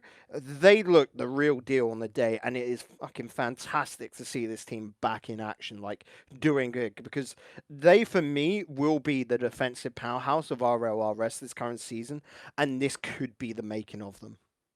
Yeah, this really could be, with how confident they looked as well in that final match. Like, I'm thinking to myself that they could legit do some damage. They could legit be the force that we expected them to be, back during the last season, back when they had their Leipzig run. So, and again, it's a very sort of like complexity style story of this team that have stayed together for so long, and now they're looking like a really solid side that could do some massive damage now that they've finally got themselves together and they've got their chance at consistency for consistent competition week in and week out, rather than just complaining. Playing in the small little Netherlands leagues, and also playing in whatever bubble scene stuff that we have going on, like the likes of the qualifiers and shit. So for Echo Zulu, obviously it's a big thumbs up and a big old great sign for them to be able to hold their own in that one. And yeah, again, there's nothing but positive things for them. I thought to myself that this is a flash in the pan team, but they're very clearly proven that they have a little bit more left in the tank, Bacon. The question again remains is, can they stay in the RLRS for next season, or will they be able, or will they just crash out, or will they be able to go further? What do you think? I think this is going to be a team that, again, probably struggles to stay up purely because of the powerhouses that there are. But who knows? We saw it last season. Anything can happen, and it's I don't know. Like, because you got to think we've had 2 great performances from Echo Zoo, but everything else has just been middling. So now do they do a league play where it's just they'll pass through a bit, like, say maybe actually Baguette Squad turned it up at the last bits but still couldn't keep their spot last season, but you know what I mean, like, well, they'll just get the games every now and then and not put much in. For me, yeah. I'm not entirely convinced by this team, but I want to be convinced by this team. I hope big things from them, but from our records so far, this is probably just going to be a very quiet league play. We'll have to see if it is. Again, I think we're laying in the challenge here for Echo Zulu, right? You guys, now's the chance for you to step up and prove everyone that you still got it left. You had your chance last season, you blew it. You're back this season for a second redemption story. Let's see more of that Leipzig time. Let's see more of what you'd be able to do back then, and let's see you actually make it out of the bubble scene and into the RLRS for permanent. So Echo Zulu, second team forward. We're going to jump ahead a few ones to the underwater squad, purely because I see Bilbo in chat out there. And obviously, I wanted to start things off by obviously saying, congratulations, my man. Welcome to the RLRS. We did have a lot of faith in this side, of course, Bacon. We picked them. We both picked them to make it into the RLRS's 8, and that's exactly what they did. And they look so fucking good doing so as well. Like, it wasn't a run straight through to the upper bracket and make it in right there and then, but they were able to beat Horizon, and of course they had that 3-0 against the E-Girls, and we had so much praise for guys like Ocelon and Lawteeth are playing so well off each other. Like this team. And Bilbo obviously is the guy that you praised for fucking, so long, ever since he left Epsilon. You've said it for ages, and you said it last week as well. You were like, Bilbo deserves to be in the RLRS. Well, I think he just proved it, Yeah, and essentially this was like, I can remember, well, he's in the chat there, speaking before it, he like found the team in that, and it was very disheartened about everything, what was going to happen, and finally found a fucking great team. And again, this was another weird one where his pickups, again, where everyone's just there in the same spot. Arsenal, of course, getting dropped. And yeah, getting a team that should really be solid. Again, I don't know how they'll do this season, but I do see this team making top 6. Probably that 5th or 6th spot is where I see this team ending up. And that's good because you got to think, you want to get that season in, essentially keep together, keep safe, and then next season that's when you really expand. But who knows where this could end up, because of course we've got the playoff structure change where even 6th and 5th can get that even 3rd down to 6th can get that slot, that chance to make it through and then up into playoffs. But so just see where this team ends up, really. I'd say of all the teams on the field here from the play-ins, I'd say they're among the strongest. Like there's gonna be tough to beat Fadeaway, for example. But when it comes You're to just playing to Twitch chat here, Jay. You're playing to Twitch chat. No, I'm genuinely serious. Especially if Oslo and Lawty can perform in the way that they did. Like this team could actually make it promotion. Like it or could make it to the promotion playoffs. I should be honest. I'm looking at Fadeaway. You've got ARG, Flomp, Razant. That's going to be hard to pip out for that top spot. You got Baguette Squad if they play like they did that we saw on stream. I'm just saying it's going to be a hard season for any team to get top 2. Just looking at the teams that we have here in these 8, I'd say they're among the top 2 is what I'd say. Again, ARG and Method are still a bit of something to consider. But we haven't seen what ARG have done since the last season of RLRS. I don't think we've seen them at all outside of the Spanish leagues. So we'll have to do another episode breaking down and previewing the RLRS later on down the road when probably the week when it starts up. But yeah, no, if Underwater Squad perform like that again, then yeah, I can see a really good show. I can see a really good show from them. I'm excited. I'm excited to see what happens. I'm excited to see what happens going forward for these guys. It's still going to be a very tough season regardless. But 10 teams it might produce a few more consistent results because it is going to be a few more matches available. Regardless, though, for now, Underwater Squad, nothing but congratulations across the scene. It was always going to be a tough time to get through the 128 team bracket, and that's exactly what they did with some caveats along the way. Fadeaway, though, are the team that I had my biggest doubts about, and I was completely wrong to have my doubts about them because they smashed it out the park. They were the top seed, and they proved exactly why. They made it through without dropping a single series. They dropped a game to Unique Stars, but then they smashed it out on Vertex.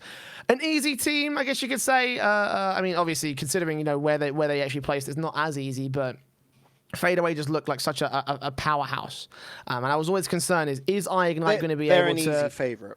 Yeah, they're an easy favourite to have, but my concern with Fadeaway, and the reason why I didn't pick them was because I was always uncertain of whether Ignite would be the handicap that brought them down, because we saw Fadeaway perform in the GC or with Oslon in that roster in place of Ignite, and we said, okay, this is a team that could do some damage, but with Ignite and where he was at the end of his rope with TSM, I didn't believe that Fadeaway had the level appropriate, based off previous results to make it through the 128 team bracket. Well, apparently this team has brought him new breath of life because he's now looking good again. Bacon. Yeah, so two great things about the team, of course. One, Ignite looking good and hopefully a new spot because he needs a season to sort of regain his confidence. That's what we always said was his problem coming out of TSM, is he had no confidence in himself, and you could see it from what he's posting on Twitter. So he was just demoralized and everything. That's why he's playing shite, basically. But going into this season, I want there, and Bilbo, you got to pick this up, buddy. I want there to be a drama, a rivalry between Fadeaway and Underwater Squad with Oslon. Be careful with your use of drama, right? Because the fucking community will wreck you, okay? I want there to also be a bit with Method, of course, with Oslon getting booted off air. So I want our Underwater Squad to come through, take down Fadeaway, take down Method, and just basically 2 middle fingers up. And that would be fan-fucking-tastic. If you guys do that, can you post that on Twitter, just a big picture of you just being fuck you to both those teams? Like, it would be fucking hilarious. That would be so good. Obviously, in good jest, obviously, just as a little bit of good fun. Um, but like, back to the point in hand. Fade away. They are looking good. I was wrong to doubt them in the first place. And well, yeah, this is the strong team, And again, if there was a team, I'd say they're very likened to the way that Savage did back in their initial RLRS season. When they came back in under round 3 and under the RLRS play-ins, they knocked it out the park. We saw that what they were able to do, and then we saw them destroy. You don't know how true that is. 2 dropped RLCS players. Yeah, and then exactly. I was going to mention that as well. Yeah. I was going to mention that as well. They smashed it out of the park during their play-in run. They smashed it out of the park during the actual season, and they promoted to the RLCS and did so well in that as well. With the same sort of situation with the complexion of the players and who got dropped and who got formed up, etc., etc. For Fade Away, it's an impressive little showing. It's an impressive little showing from players that I didn't have a whole lot of confidence in going into this one. I had more confidence in some than I did to others. And yeah, in the end, they've proven me wrong. They've proven everybody wrong. Everybody who doubted them wrong, that's for certain. So yeah, Fade Away, fading into the relevance of the RLRS here, Bacon. We'll just see what happens there, because one thing they need to up, they've got that Simon guy who's handling being their manager and sort of handling the Twitter and all of that, it seems. But one thing they need to up is their community interaction. That's what did it for Savage. That's what got all the support and a lot of strength to them. Because I had a go, what was it, last week at Tigray with that whole, there's nothing going on in the EU. You've got to just partake in everything if you want this to be a long-term gig. Again, look into Bilbo and chat. Get yourselves properly involved with Twitter. Get yourselves in every tournament. Get yourselves an actual fan base behind you, because then you'll get picked up by orgs. That is how it works, and you can't just sort of play games. You can't just literally play the game easy when you'll get picked up. It don't work like that at this level anyway. Yeah, absolutely, 100%. No, you're right about that. Like, it is a very business thing to do in order to try to get yourself an organization, and it hasn't always worked. Triple Trouble are a prime example of that. But it is always the best thing to do. So let's see if they're able to handle it. Let's see if they're able to make that community happen. Let's see if they're able to make the run to the RLCS happen. But we'll talk about that again later on when we come to the RLCS breakdown. For now, we're going to move on and talk about the Discombobulators. You had these guys as your wildcard pick, Bacon, and I didn't pick them because they were the Discombobulators, because I thought, okay, they're good players. They're pretty decent. They've had runs in the bubble scene in the past, but considering the field that we have to play with here in the rival series play-ins, I thought that this is going to be a tough slog for them to make it through. There's potential. They could do it, but I said I didn't think so. Well, their problem was inconsistency, wasn't it? Yeah, their problem was inconsistency, and today was one of the moments where they had a nice rise, and they did a really good job at making it into the rival series, because they beat every opponent they had. They went through the upper bracket. They also even beat the big brain gamers we spammed on a little bit earlier on during the day, which on paper was a match that I didn't think could have made it. They could have won, but we've seen how history and how things have played out in the overall grand scheme of things. My concern again is that issue with consistency, though, that you mentioned. It's like, well, they've done well today. Are they going to be able to do well for the rest of the season? And I'm really happy for the guys. Again, I love Virtuoso. I love Relating Wave. I love those guys. I've been following them. Obviously, Virtuoso is the part of the reason why we have one of the greatest Insomnia casting calls of all time. Like he was a part of that matchup, and he performed well in the UK space. But can he and the rest of the guys perform on the international space? Yeah, and finally we've got another pro Irish player. It's been a while since Mike Rules was the last one in season 1. That is true. Yeah, that's true. Yeah, it's crazy to think of that. But for me, my problem is the inconsistency with this team, and I think that's going to plague them for another season. The silver lining, though, Jay, is where we've just been expanded from 8 to 10 teams. That's 2 more chances to win a game. And I think they'll just sneak out, say, a 4th or 5th place spot. And they'll spend another season, a bit like I was saying with Underwater Squad, in the RLRS. And that is fine, because I think this is a team that just needs to grow. You got to think, for these guys, all 3 of them, I do believe, I'll double check on Natchital, but I do believe for all 3 is their first time in RLRS. And just to stay up, that's got to be the goal for these lads right now, and be realistic about it, Yeah, I think that is the realistic expectation of discombobulators, or at least the realistic goal for them is to stay up in the RLRS for another season or for the next season. Because again, I didn't think they'd make it in the first place, and I think that they may not have expected that either, considering who's actually playing in this play-in. They were able to go above the likes of Servette Geneva. They placed higher than Stratus. They placed higher than Crazy Crew. They placed higher than Flarkey's team. They placed higher than Shizou. They placed higher than WLF. They placed higher than Exalti. They placed higher than fucking Nordavind. All these are teams and brands and that contain players that you would in any other world say those are guys are better than Discombobulator. That's the kind of thing that you would have been able to. You disagree? I mean, I disagree. This is a good team, and you'll see it by the results if you look through the history of the esports management cups. But it's one where they'll go big or they'll go nothing, and that's why I'm there going. This has got to be a season when they've got to get, say, 5 wins and stay up. Because they need to work on that consistency, and I don't see that getting fixed in the next 2 months, Yeah. Again, the goal for them this season will be to stay in. And if they can do that, then the next season is where we'll have big conversation about where the Discombobulators can go. As it stands, though, they can celebrate for the time being, and they can celebrate with the victory. They are in the RLRS against all odds. Another team that made it in against all odds were Vertex. I don't think this is a team that we also talked about that much during the last. Oh yeah, that's it. That's true. Yeah, total Shandon. Coca, Dumain, and Rizex with MK as the sub for the Vertex side. This is Total Shandon, who we talked about last week, who got picked up last second, I guess, by the Vertex organization. I'm not really sure. But regardless, is it an organization? Yeah. I don't know if it's a name change of an organization. Yeah, I'm pretty sure it is. Okay. But this is the German team that we said, okay, they actually could do some damage, but I don't think either of us picked them. Yeah, no, I'm just going through the list right now. Neither of us picked them to make it in, so... Bit of an underdog performance here, Bacon, and I believe that they also made it all the way to the upper finals against Fadeaway. So yeah, they actually had a bit of an underdog run right until they lost to the top seed. They had a legit run, yeah.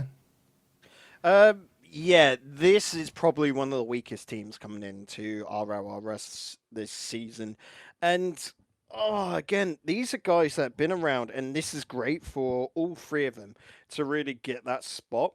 Because they were community champions, that sort of thing. Like I always said, Coca, I never understood how he was never in the RLRS. He's of that level. It's the same like I was saying about Lorty over on Underwater Squad.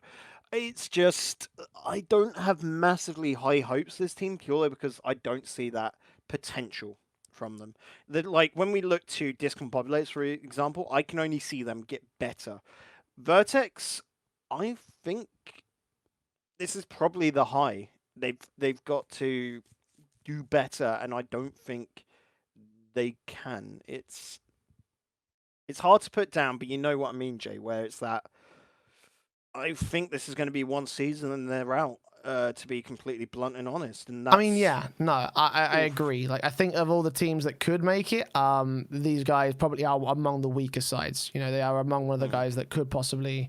that probably will end up dropping. Like, I don't. There's a reason why we didn't pick them. There's a reason why we didn't put them as to go further than this, because they have only had experience in the bubble scene, because we haven't seen them go ham essentially, and we may have seen them a little earlier in the in the tournament. But when they played up against 1BIM 2BAM, they only beat them by a single game, and that was because 1BIM 2BAM completely choked out in that lower bracket, and that was the only reason why. If they had kept their form from game 1 and 2 and carried it into game 3, then Vertex would not even be in this conversation right now. We wouldn't even be talking about them.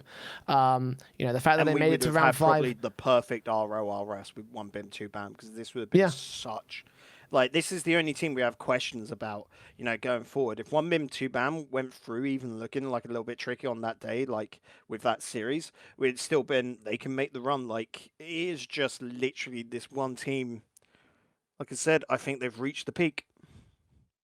Yeah, again, it was a struggle already. Credit to them again for beating our odds, but I don't think they're going to go much further than this. And I agree with you, it's probably the weakest team out of all of the guys that are coming in. Flomrizon, the next team up on the list. These boys made it in against Perpetuos Canyons in the upper bracket. Godsminner, Thol, and Noli. Another powerhouse, another really good side. Thol and Noli, we talked about them, we praised them. We said that they were in top peak performance right now, and that's exactly what they were in this bracket. They were unstoppable when they faced against Perpetuos Canyons. They had a bit of a trouble against 1BIM 2VAM. They actually went 3-2 against those guys, but they had no problems other than that. You know, they smashed it out of the bracket. They did not drop a single series. Yeah, this is a real interesting team to look at because, of course, Godsmiller with his resurgence is fan-fucking-tastic. Yep. I love it when a player can just break through that mold and come back. Though, we've seen on for a while with the MCON side, and then Nolly, of course, Zeno Moon. Last season, that team just sort of dispersed and afterwards, and Nolly is the one to watch because he is a player that I see massive things for in his future. He has got such potential behind him, and I hope this is a team that can finally make, you know, the whole run, because I would rate this team higher than I rated Xenomoon going into last season, so rating them higher means I could see a good top 4 result from them.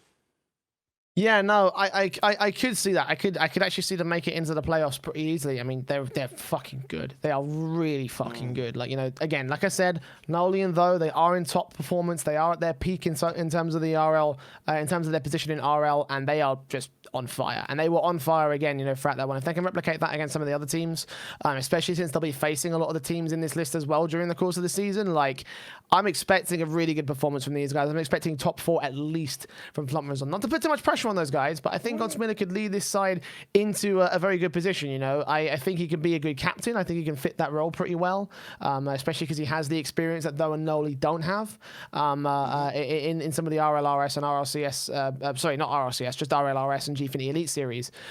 So I can see them. I can see them going far. I can see them having a good time. Again, top 4 is where I expect Flummerizon to place over.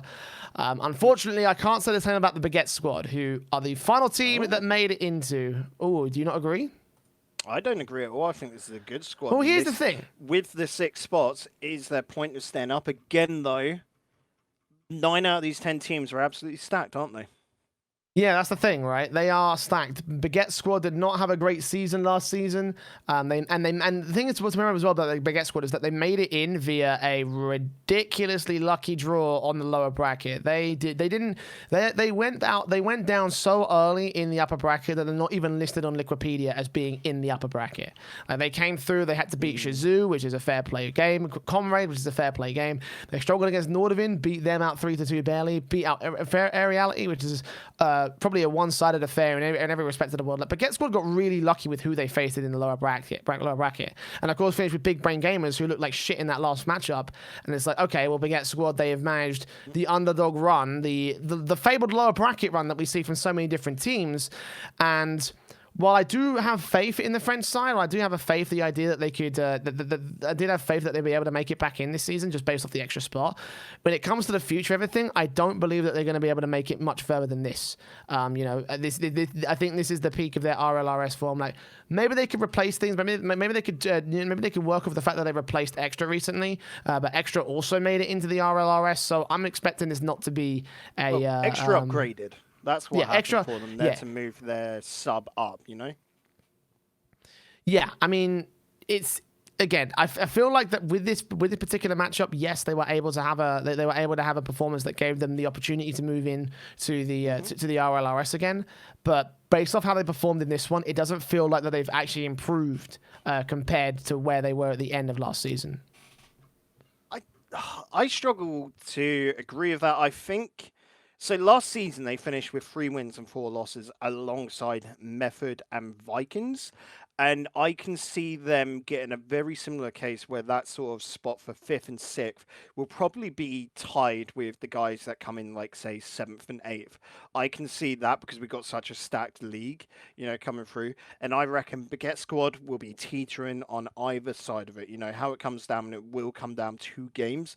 What we saw from them last season was either big results, you know, getting a win like 3-1 over ARG, or massive losses, losing 3-1 to Veloce or 3-0 to Complexity, which they needed to get the games off of, like what you saw, say, Method doing to stay up, for example. And then, I mean, they also took losses, like, let's point out to the rivals that they were sort of around, taking a loss to Vikings 3-2. They've just got to basically nullify those losses. They've got to try and if they do lose, take it to game 5, that sort of scenario, because that's what this team needs right now. Yeah, they do need it, but for me, I don't think they're going to be as teetering on the edge as you. I'm a bit more harsh about this one. I think that they're a solid bottom 4 alongside Vertex, probably throwing Method with there as well, and that's probably like, you know, my 3 definitive teams that I think are probably going to be bottoming out this season. I can agree with Method there as well, just because it's sort of like we don't know what's going to happen. Well, we'll expand on that in more detail when we come to talking about the actual RLRS themselves. But for Baguette Squad, you know, again, if they had made the upper bracket run, I'd be singing their praise. I'd be saying they're back in and they're probably going to stay in this season. But because they went out so early in the lower bracket and got so lucky with the teams that they faced, like I don't think they're coming into this one with a whole lot of improvement. I think they've actually probably made a step backwards in that respect because they lost extra. Yeah, and I don't know, because UKIS did really well. It's a hard one here, Jay, because I'm in the mindset of the Baguette Squad I really like. They put in a lot of work.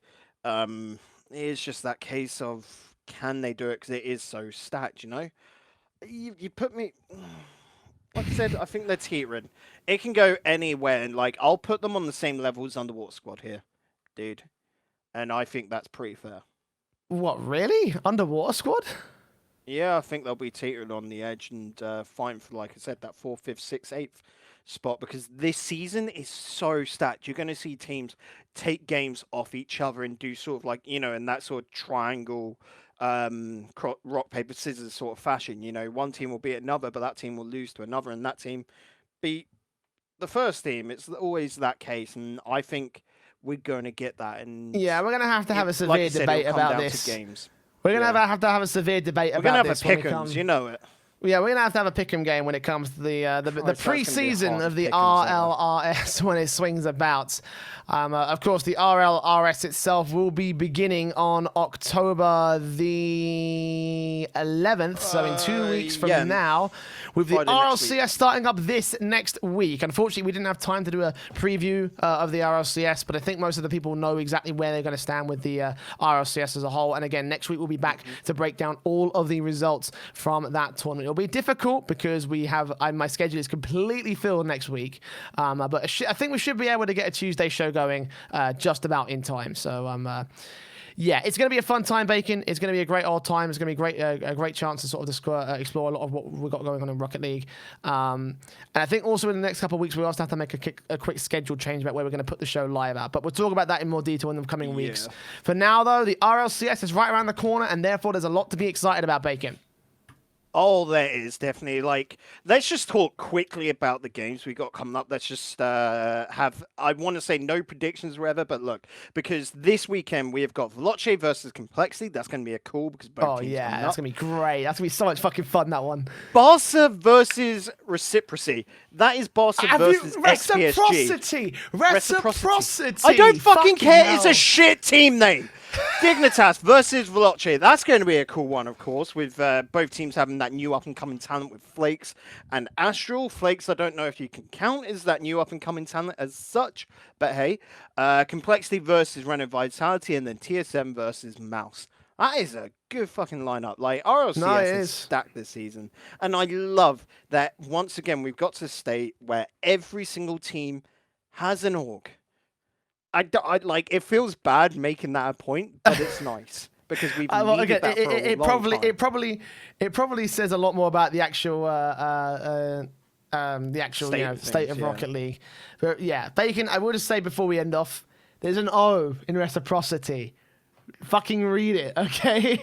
It's Reciprocity. You blame your dyslexia. I actually have dyslexia as well, and I don't mess up half the fucking time you do. So come on. I know, but I'm still going to give you as much shit about it as you fucking do, okay?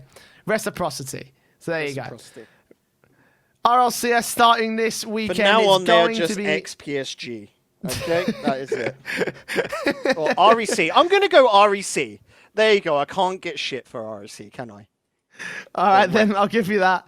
Right, that's going to be it for the show today here for RLAfterShock. The final teams of the season have been decided, and the season itself is going to be exciting. Again, the 6th of October is when we will begin on the RLCS League play, and the following week after that is going to be the RLRS kicking things off.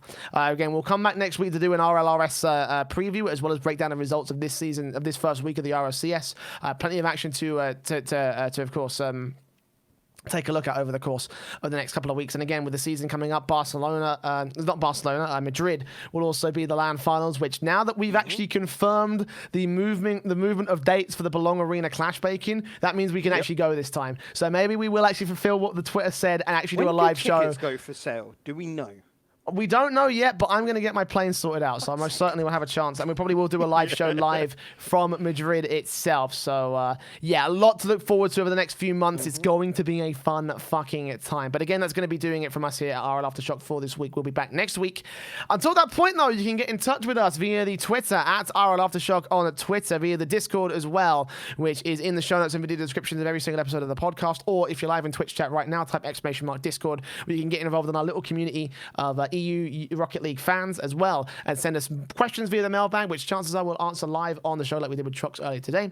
Of course, if you are listening on Twitch, then you can go ahead and listen to the podcast on the other platforms that we have it on. YouTube is where the video version is hosted, but the audio version hosted on mobile, on Spotify, Google Podcasts, iTunes, Anchor.fm/RLAfterShock will be the place to find all your favorite listings or request your favorite way to listen. And of course, if you are listening via one of those podcast platforms, then you can catch the show live mostly every Tuesday. Again, I'm gonna add a caveat. We're probably gonna shift the schedules a little bit to probably Thursday coming up in the next couple of weeks, just due to the fact that Belong Arena Clash is starting up and we won't be able to do Tuesdays anymore. But twitch.tv/RLAfterShock if you want to listen to us live when the show goes in. Of course, we'll be posting about all the details of when the show goes live on Twitter and in the Discord, so you can also follow those as your regular social media platforms. Bacon, any final words before we head off for another week of Aftershock? Just because they've been taking forever to get us out. Yeah, I will be in Belgium this weekend, so that's cool. And of course, like we said, with the change of Belong, we will be in Madrid. So, vamos España. I can't wait to meet again the whole Rocket League family. That'd be awesome out there, won't it? Of fucking course it will be. So we're going to head off once again. Thanks very much for watching. We'll see you back here next week for even more of the Aftershock.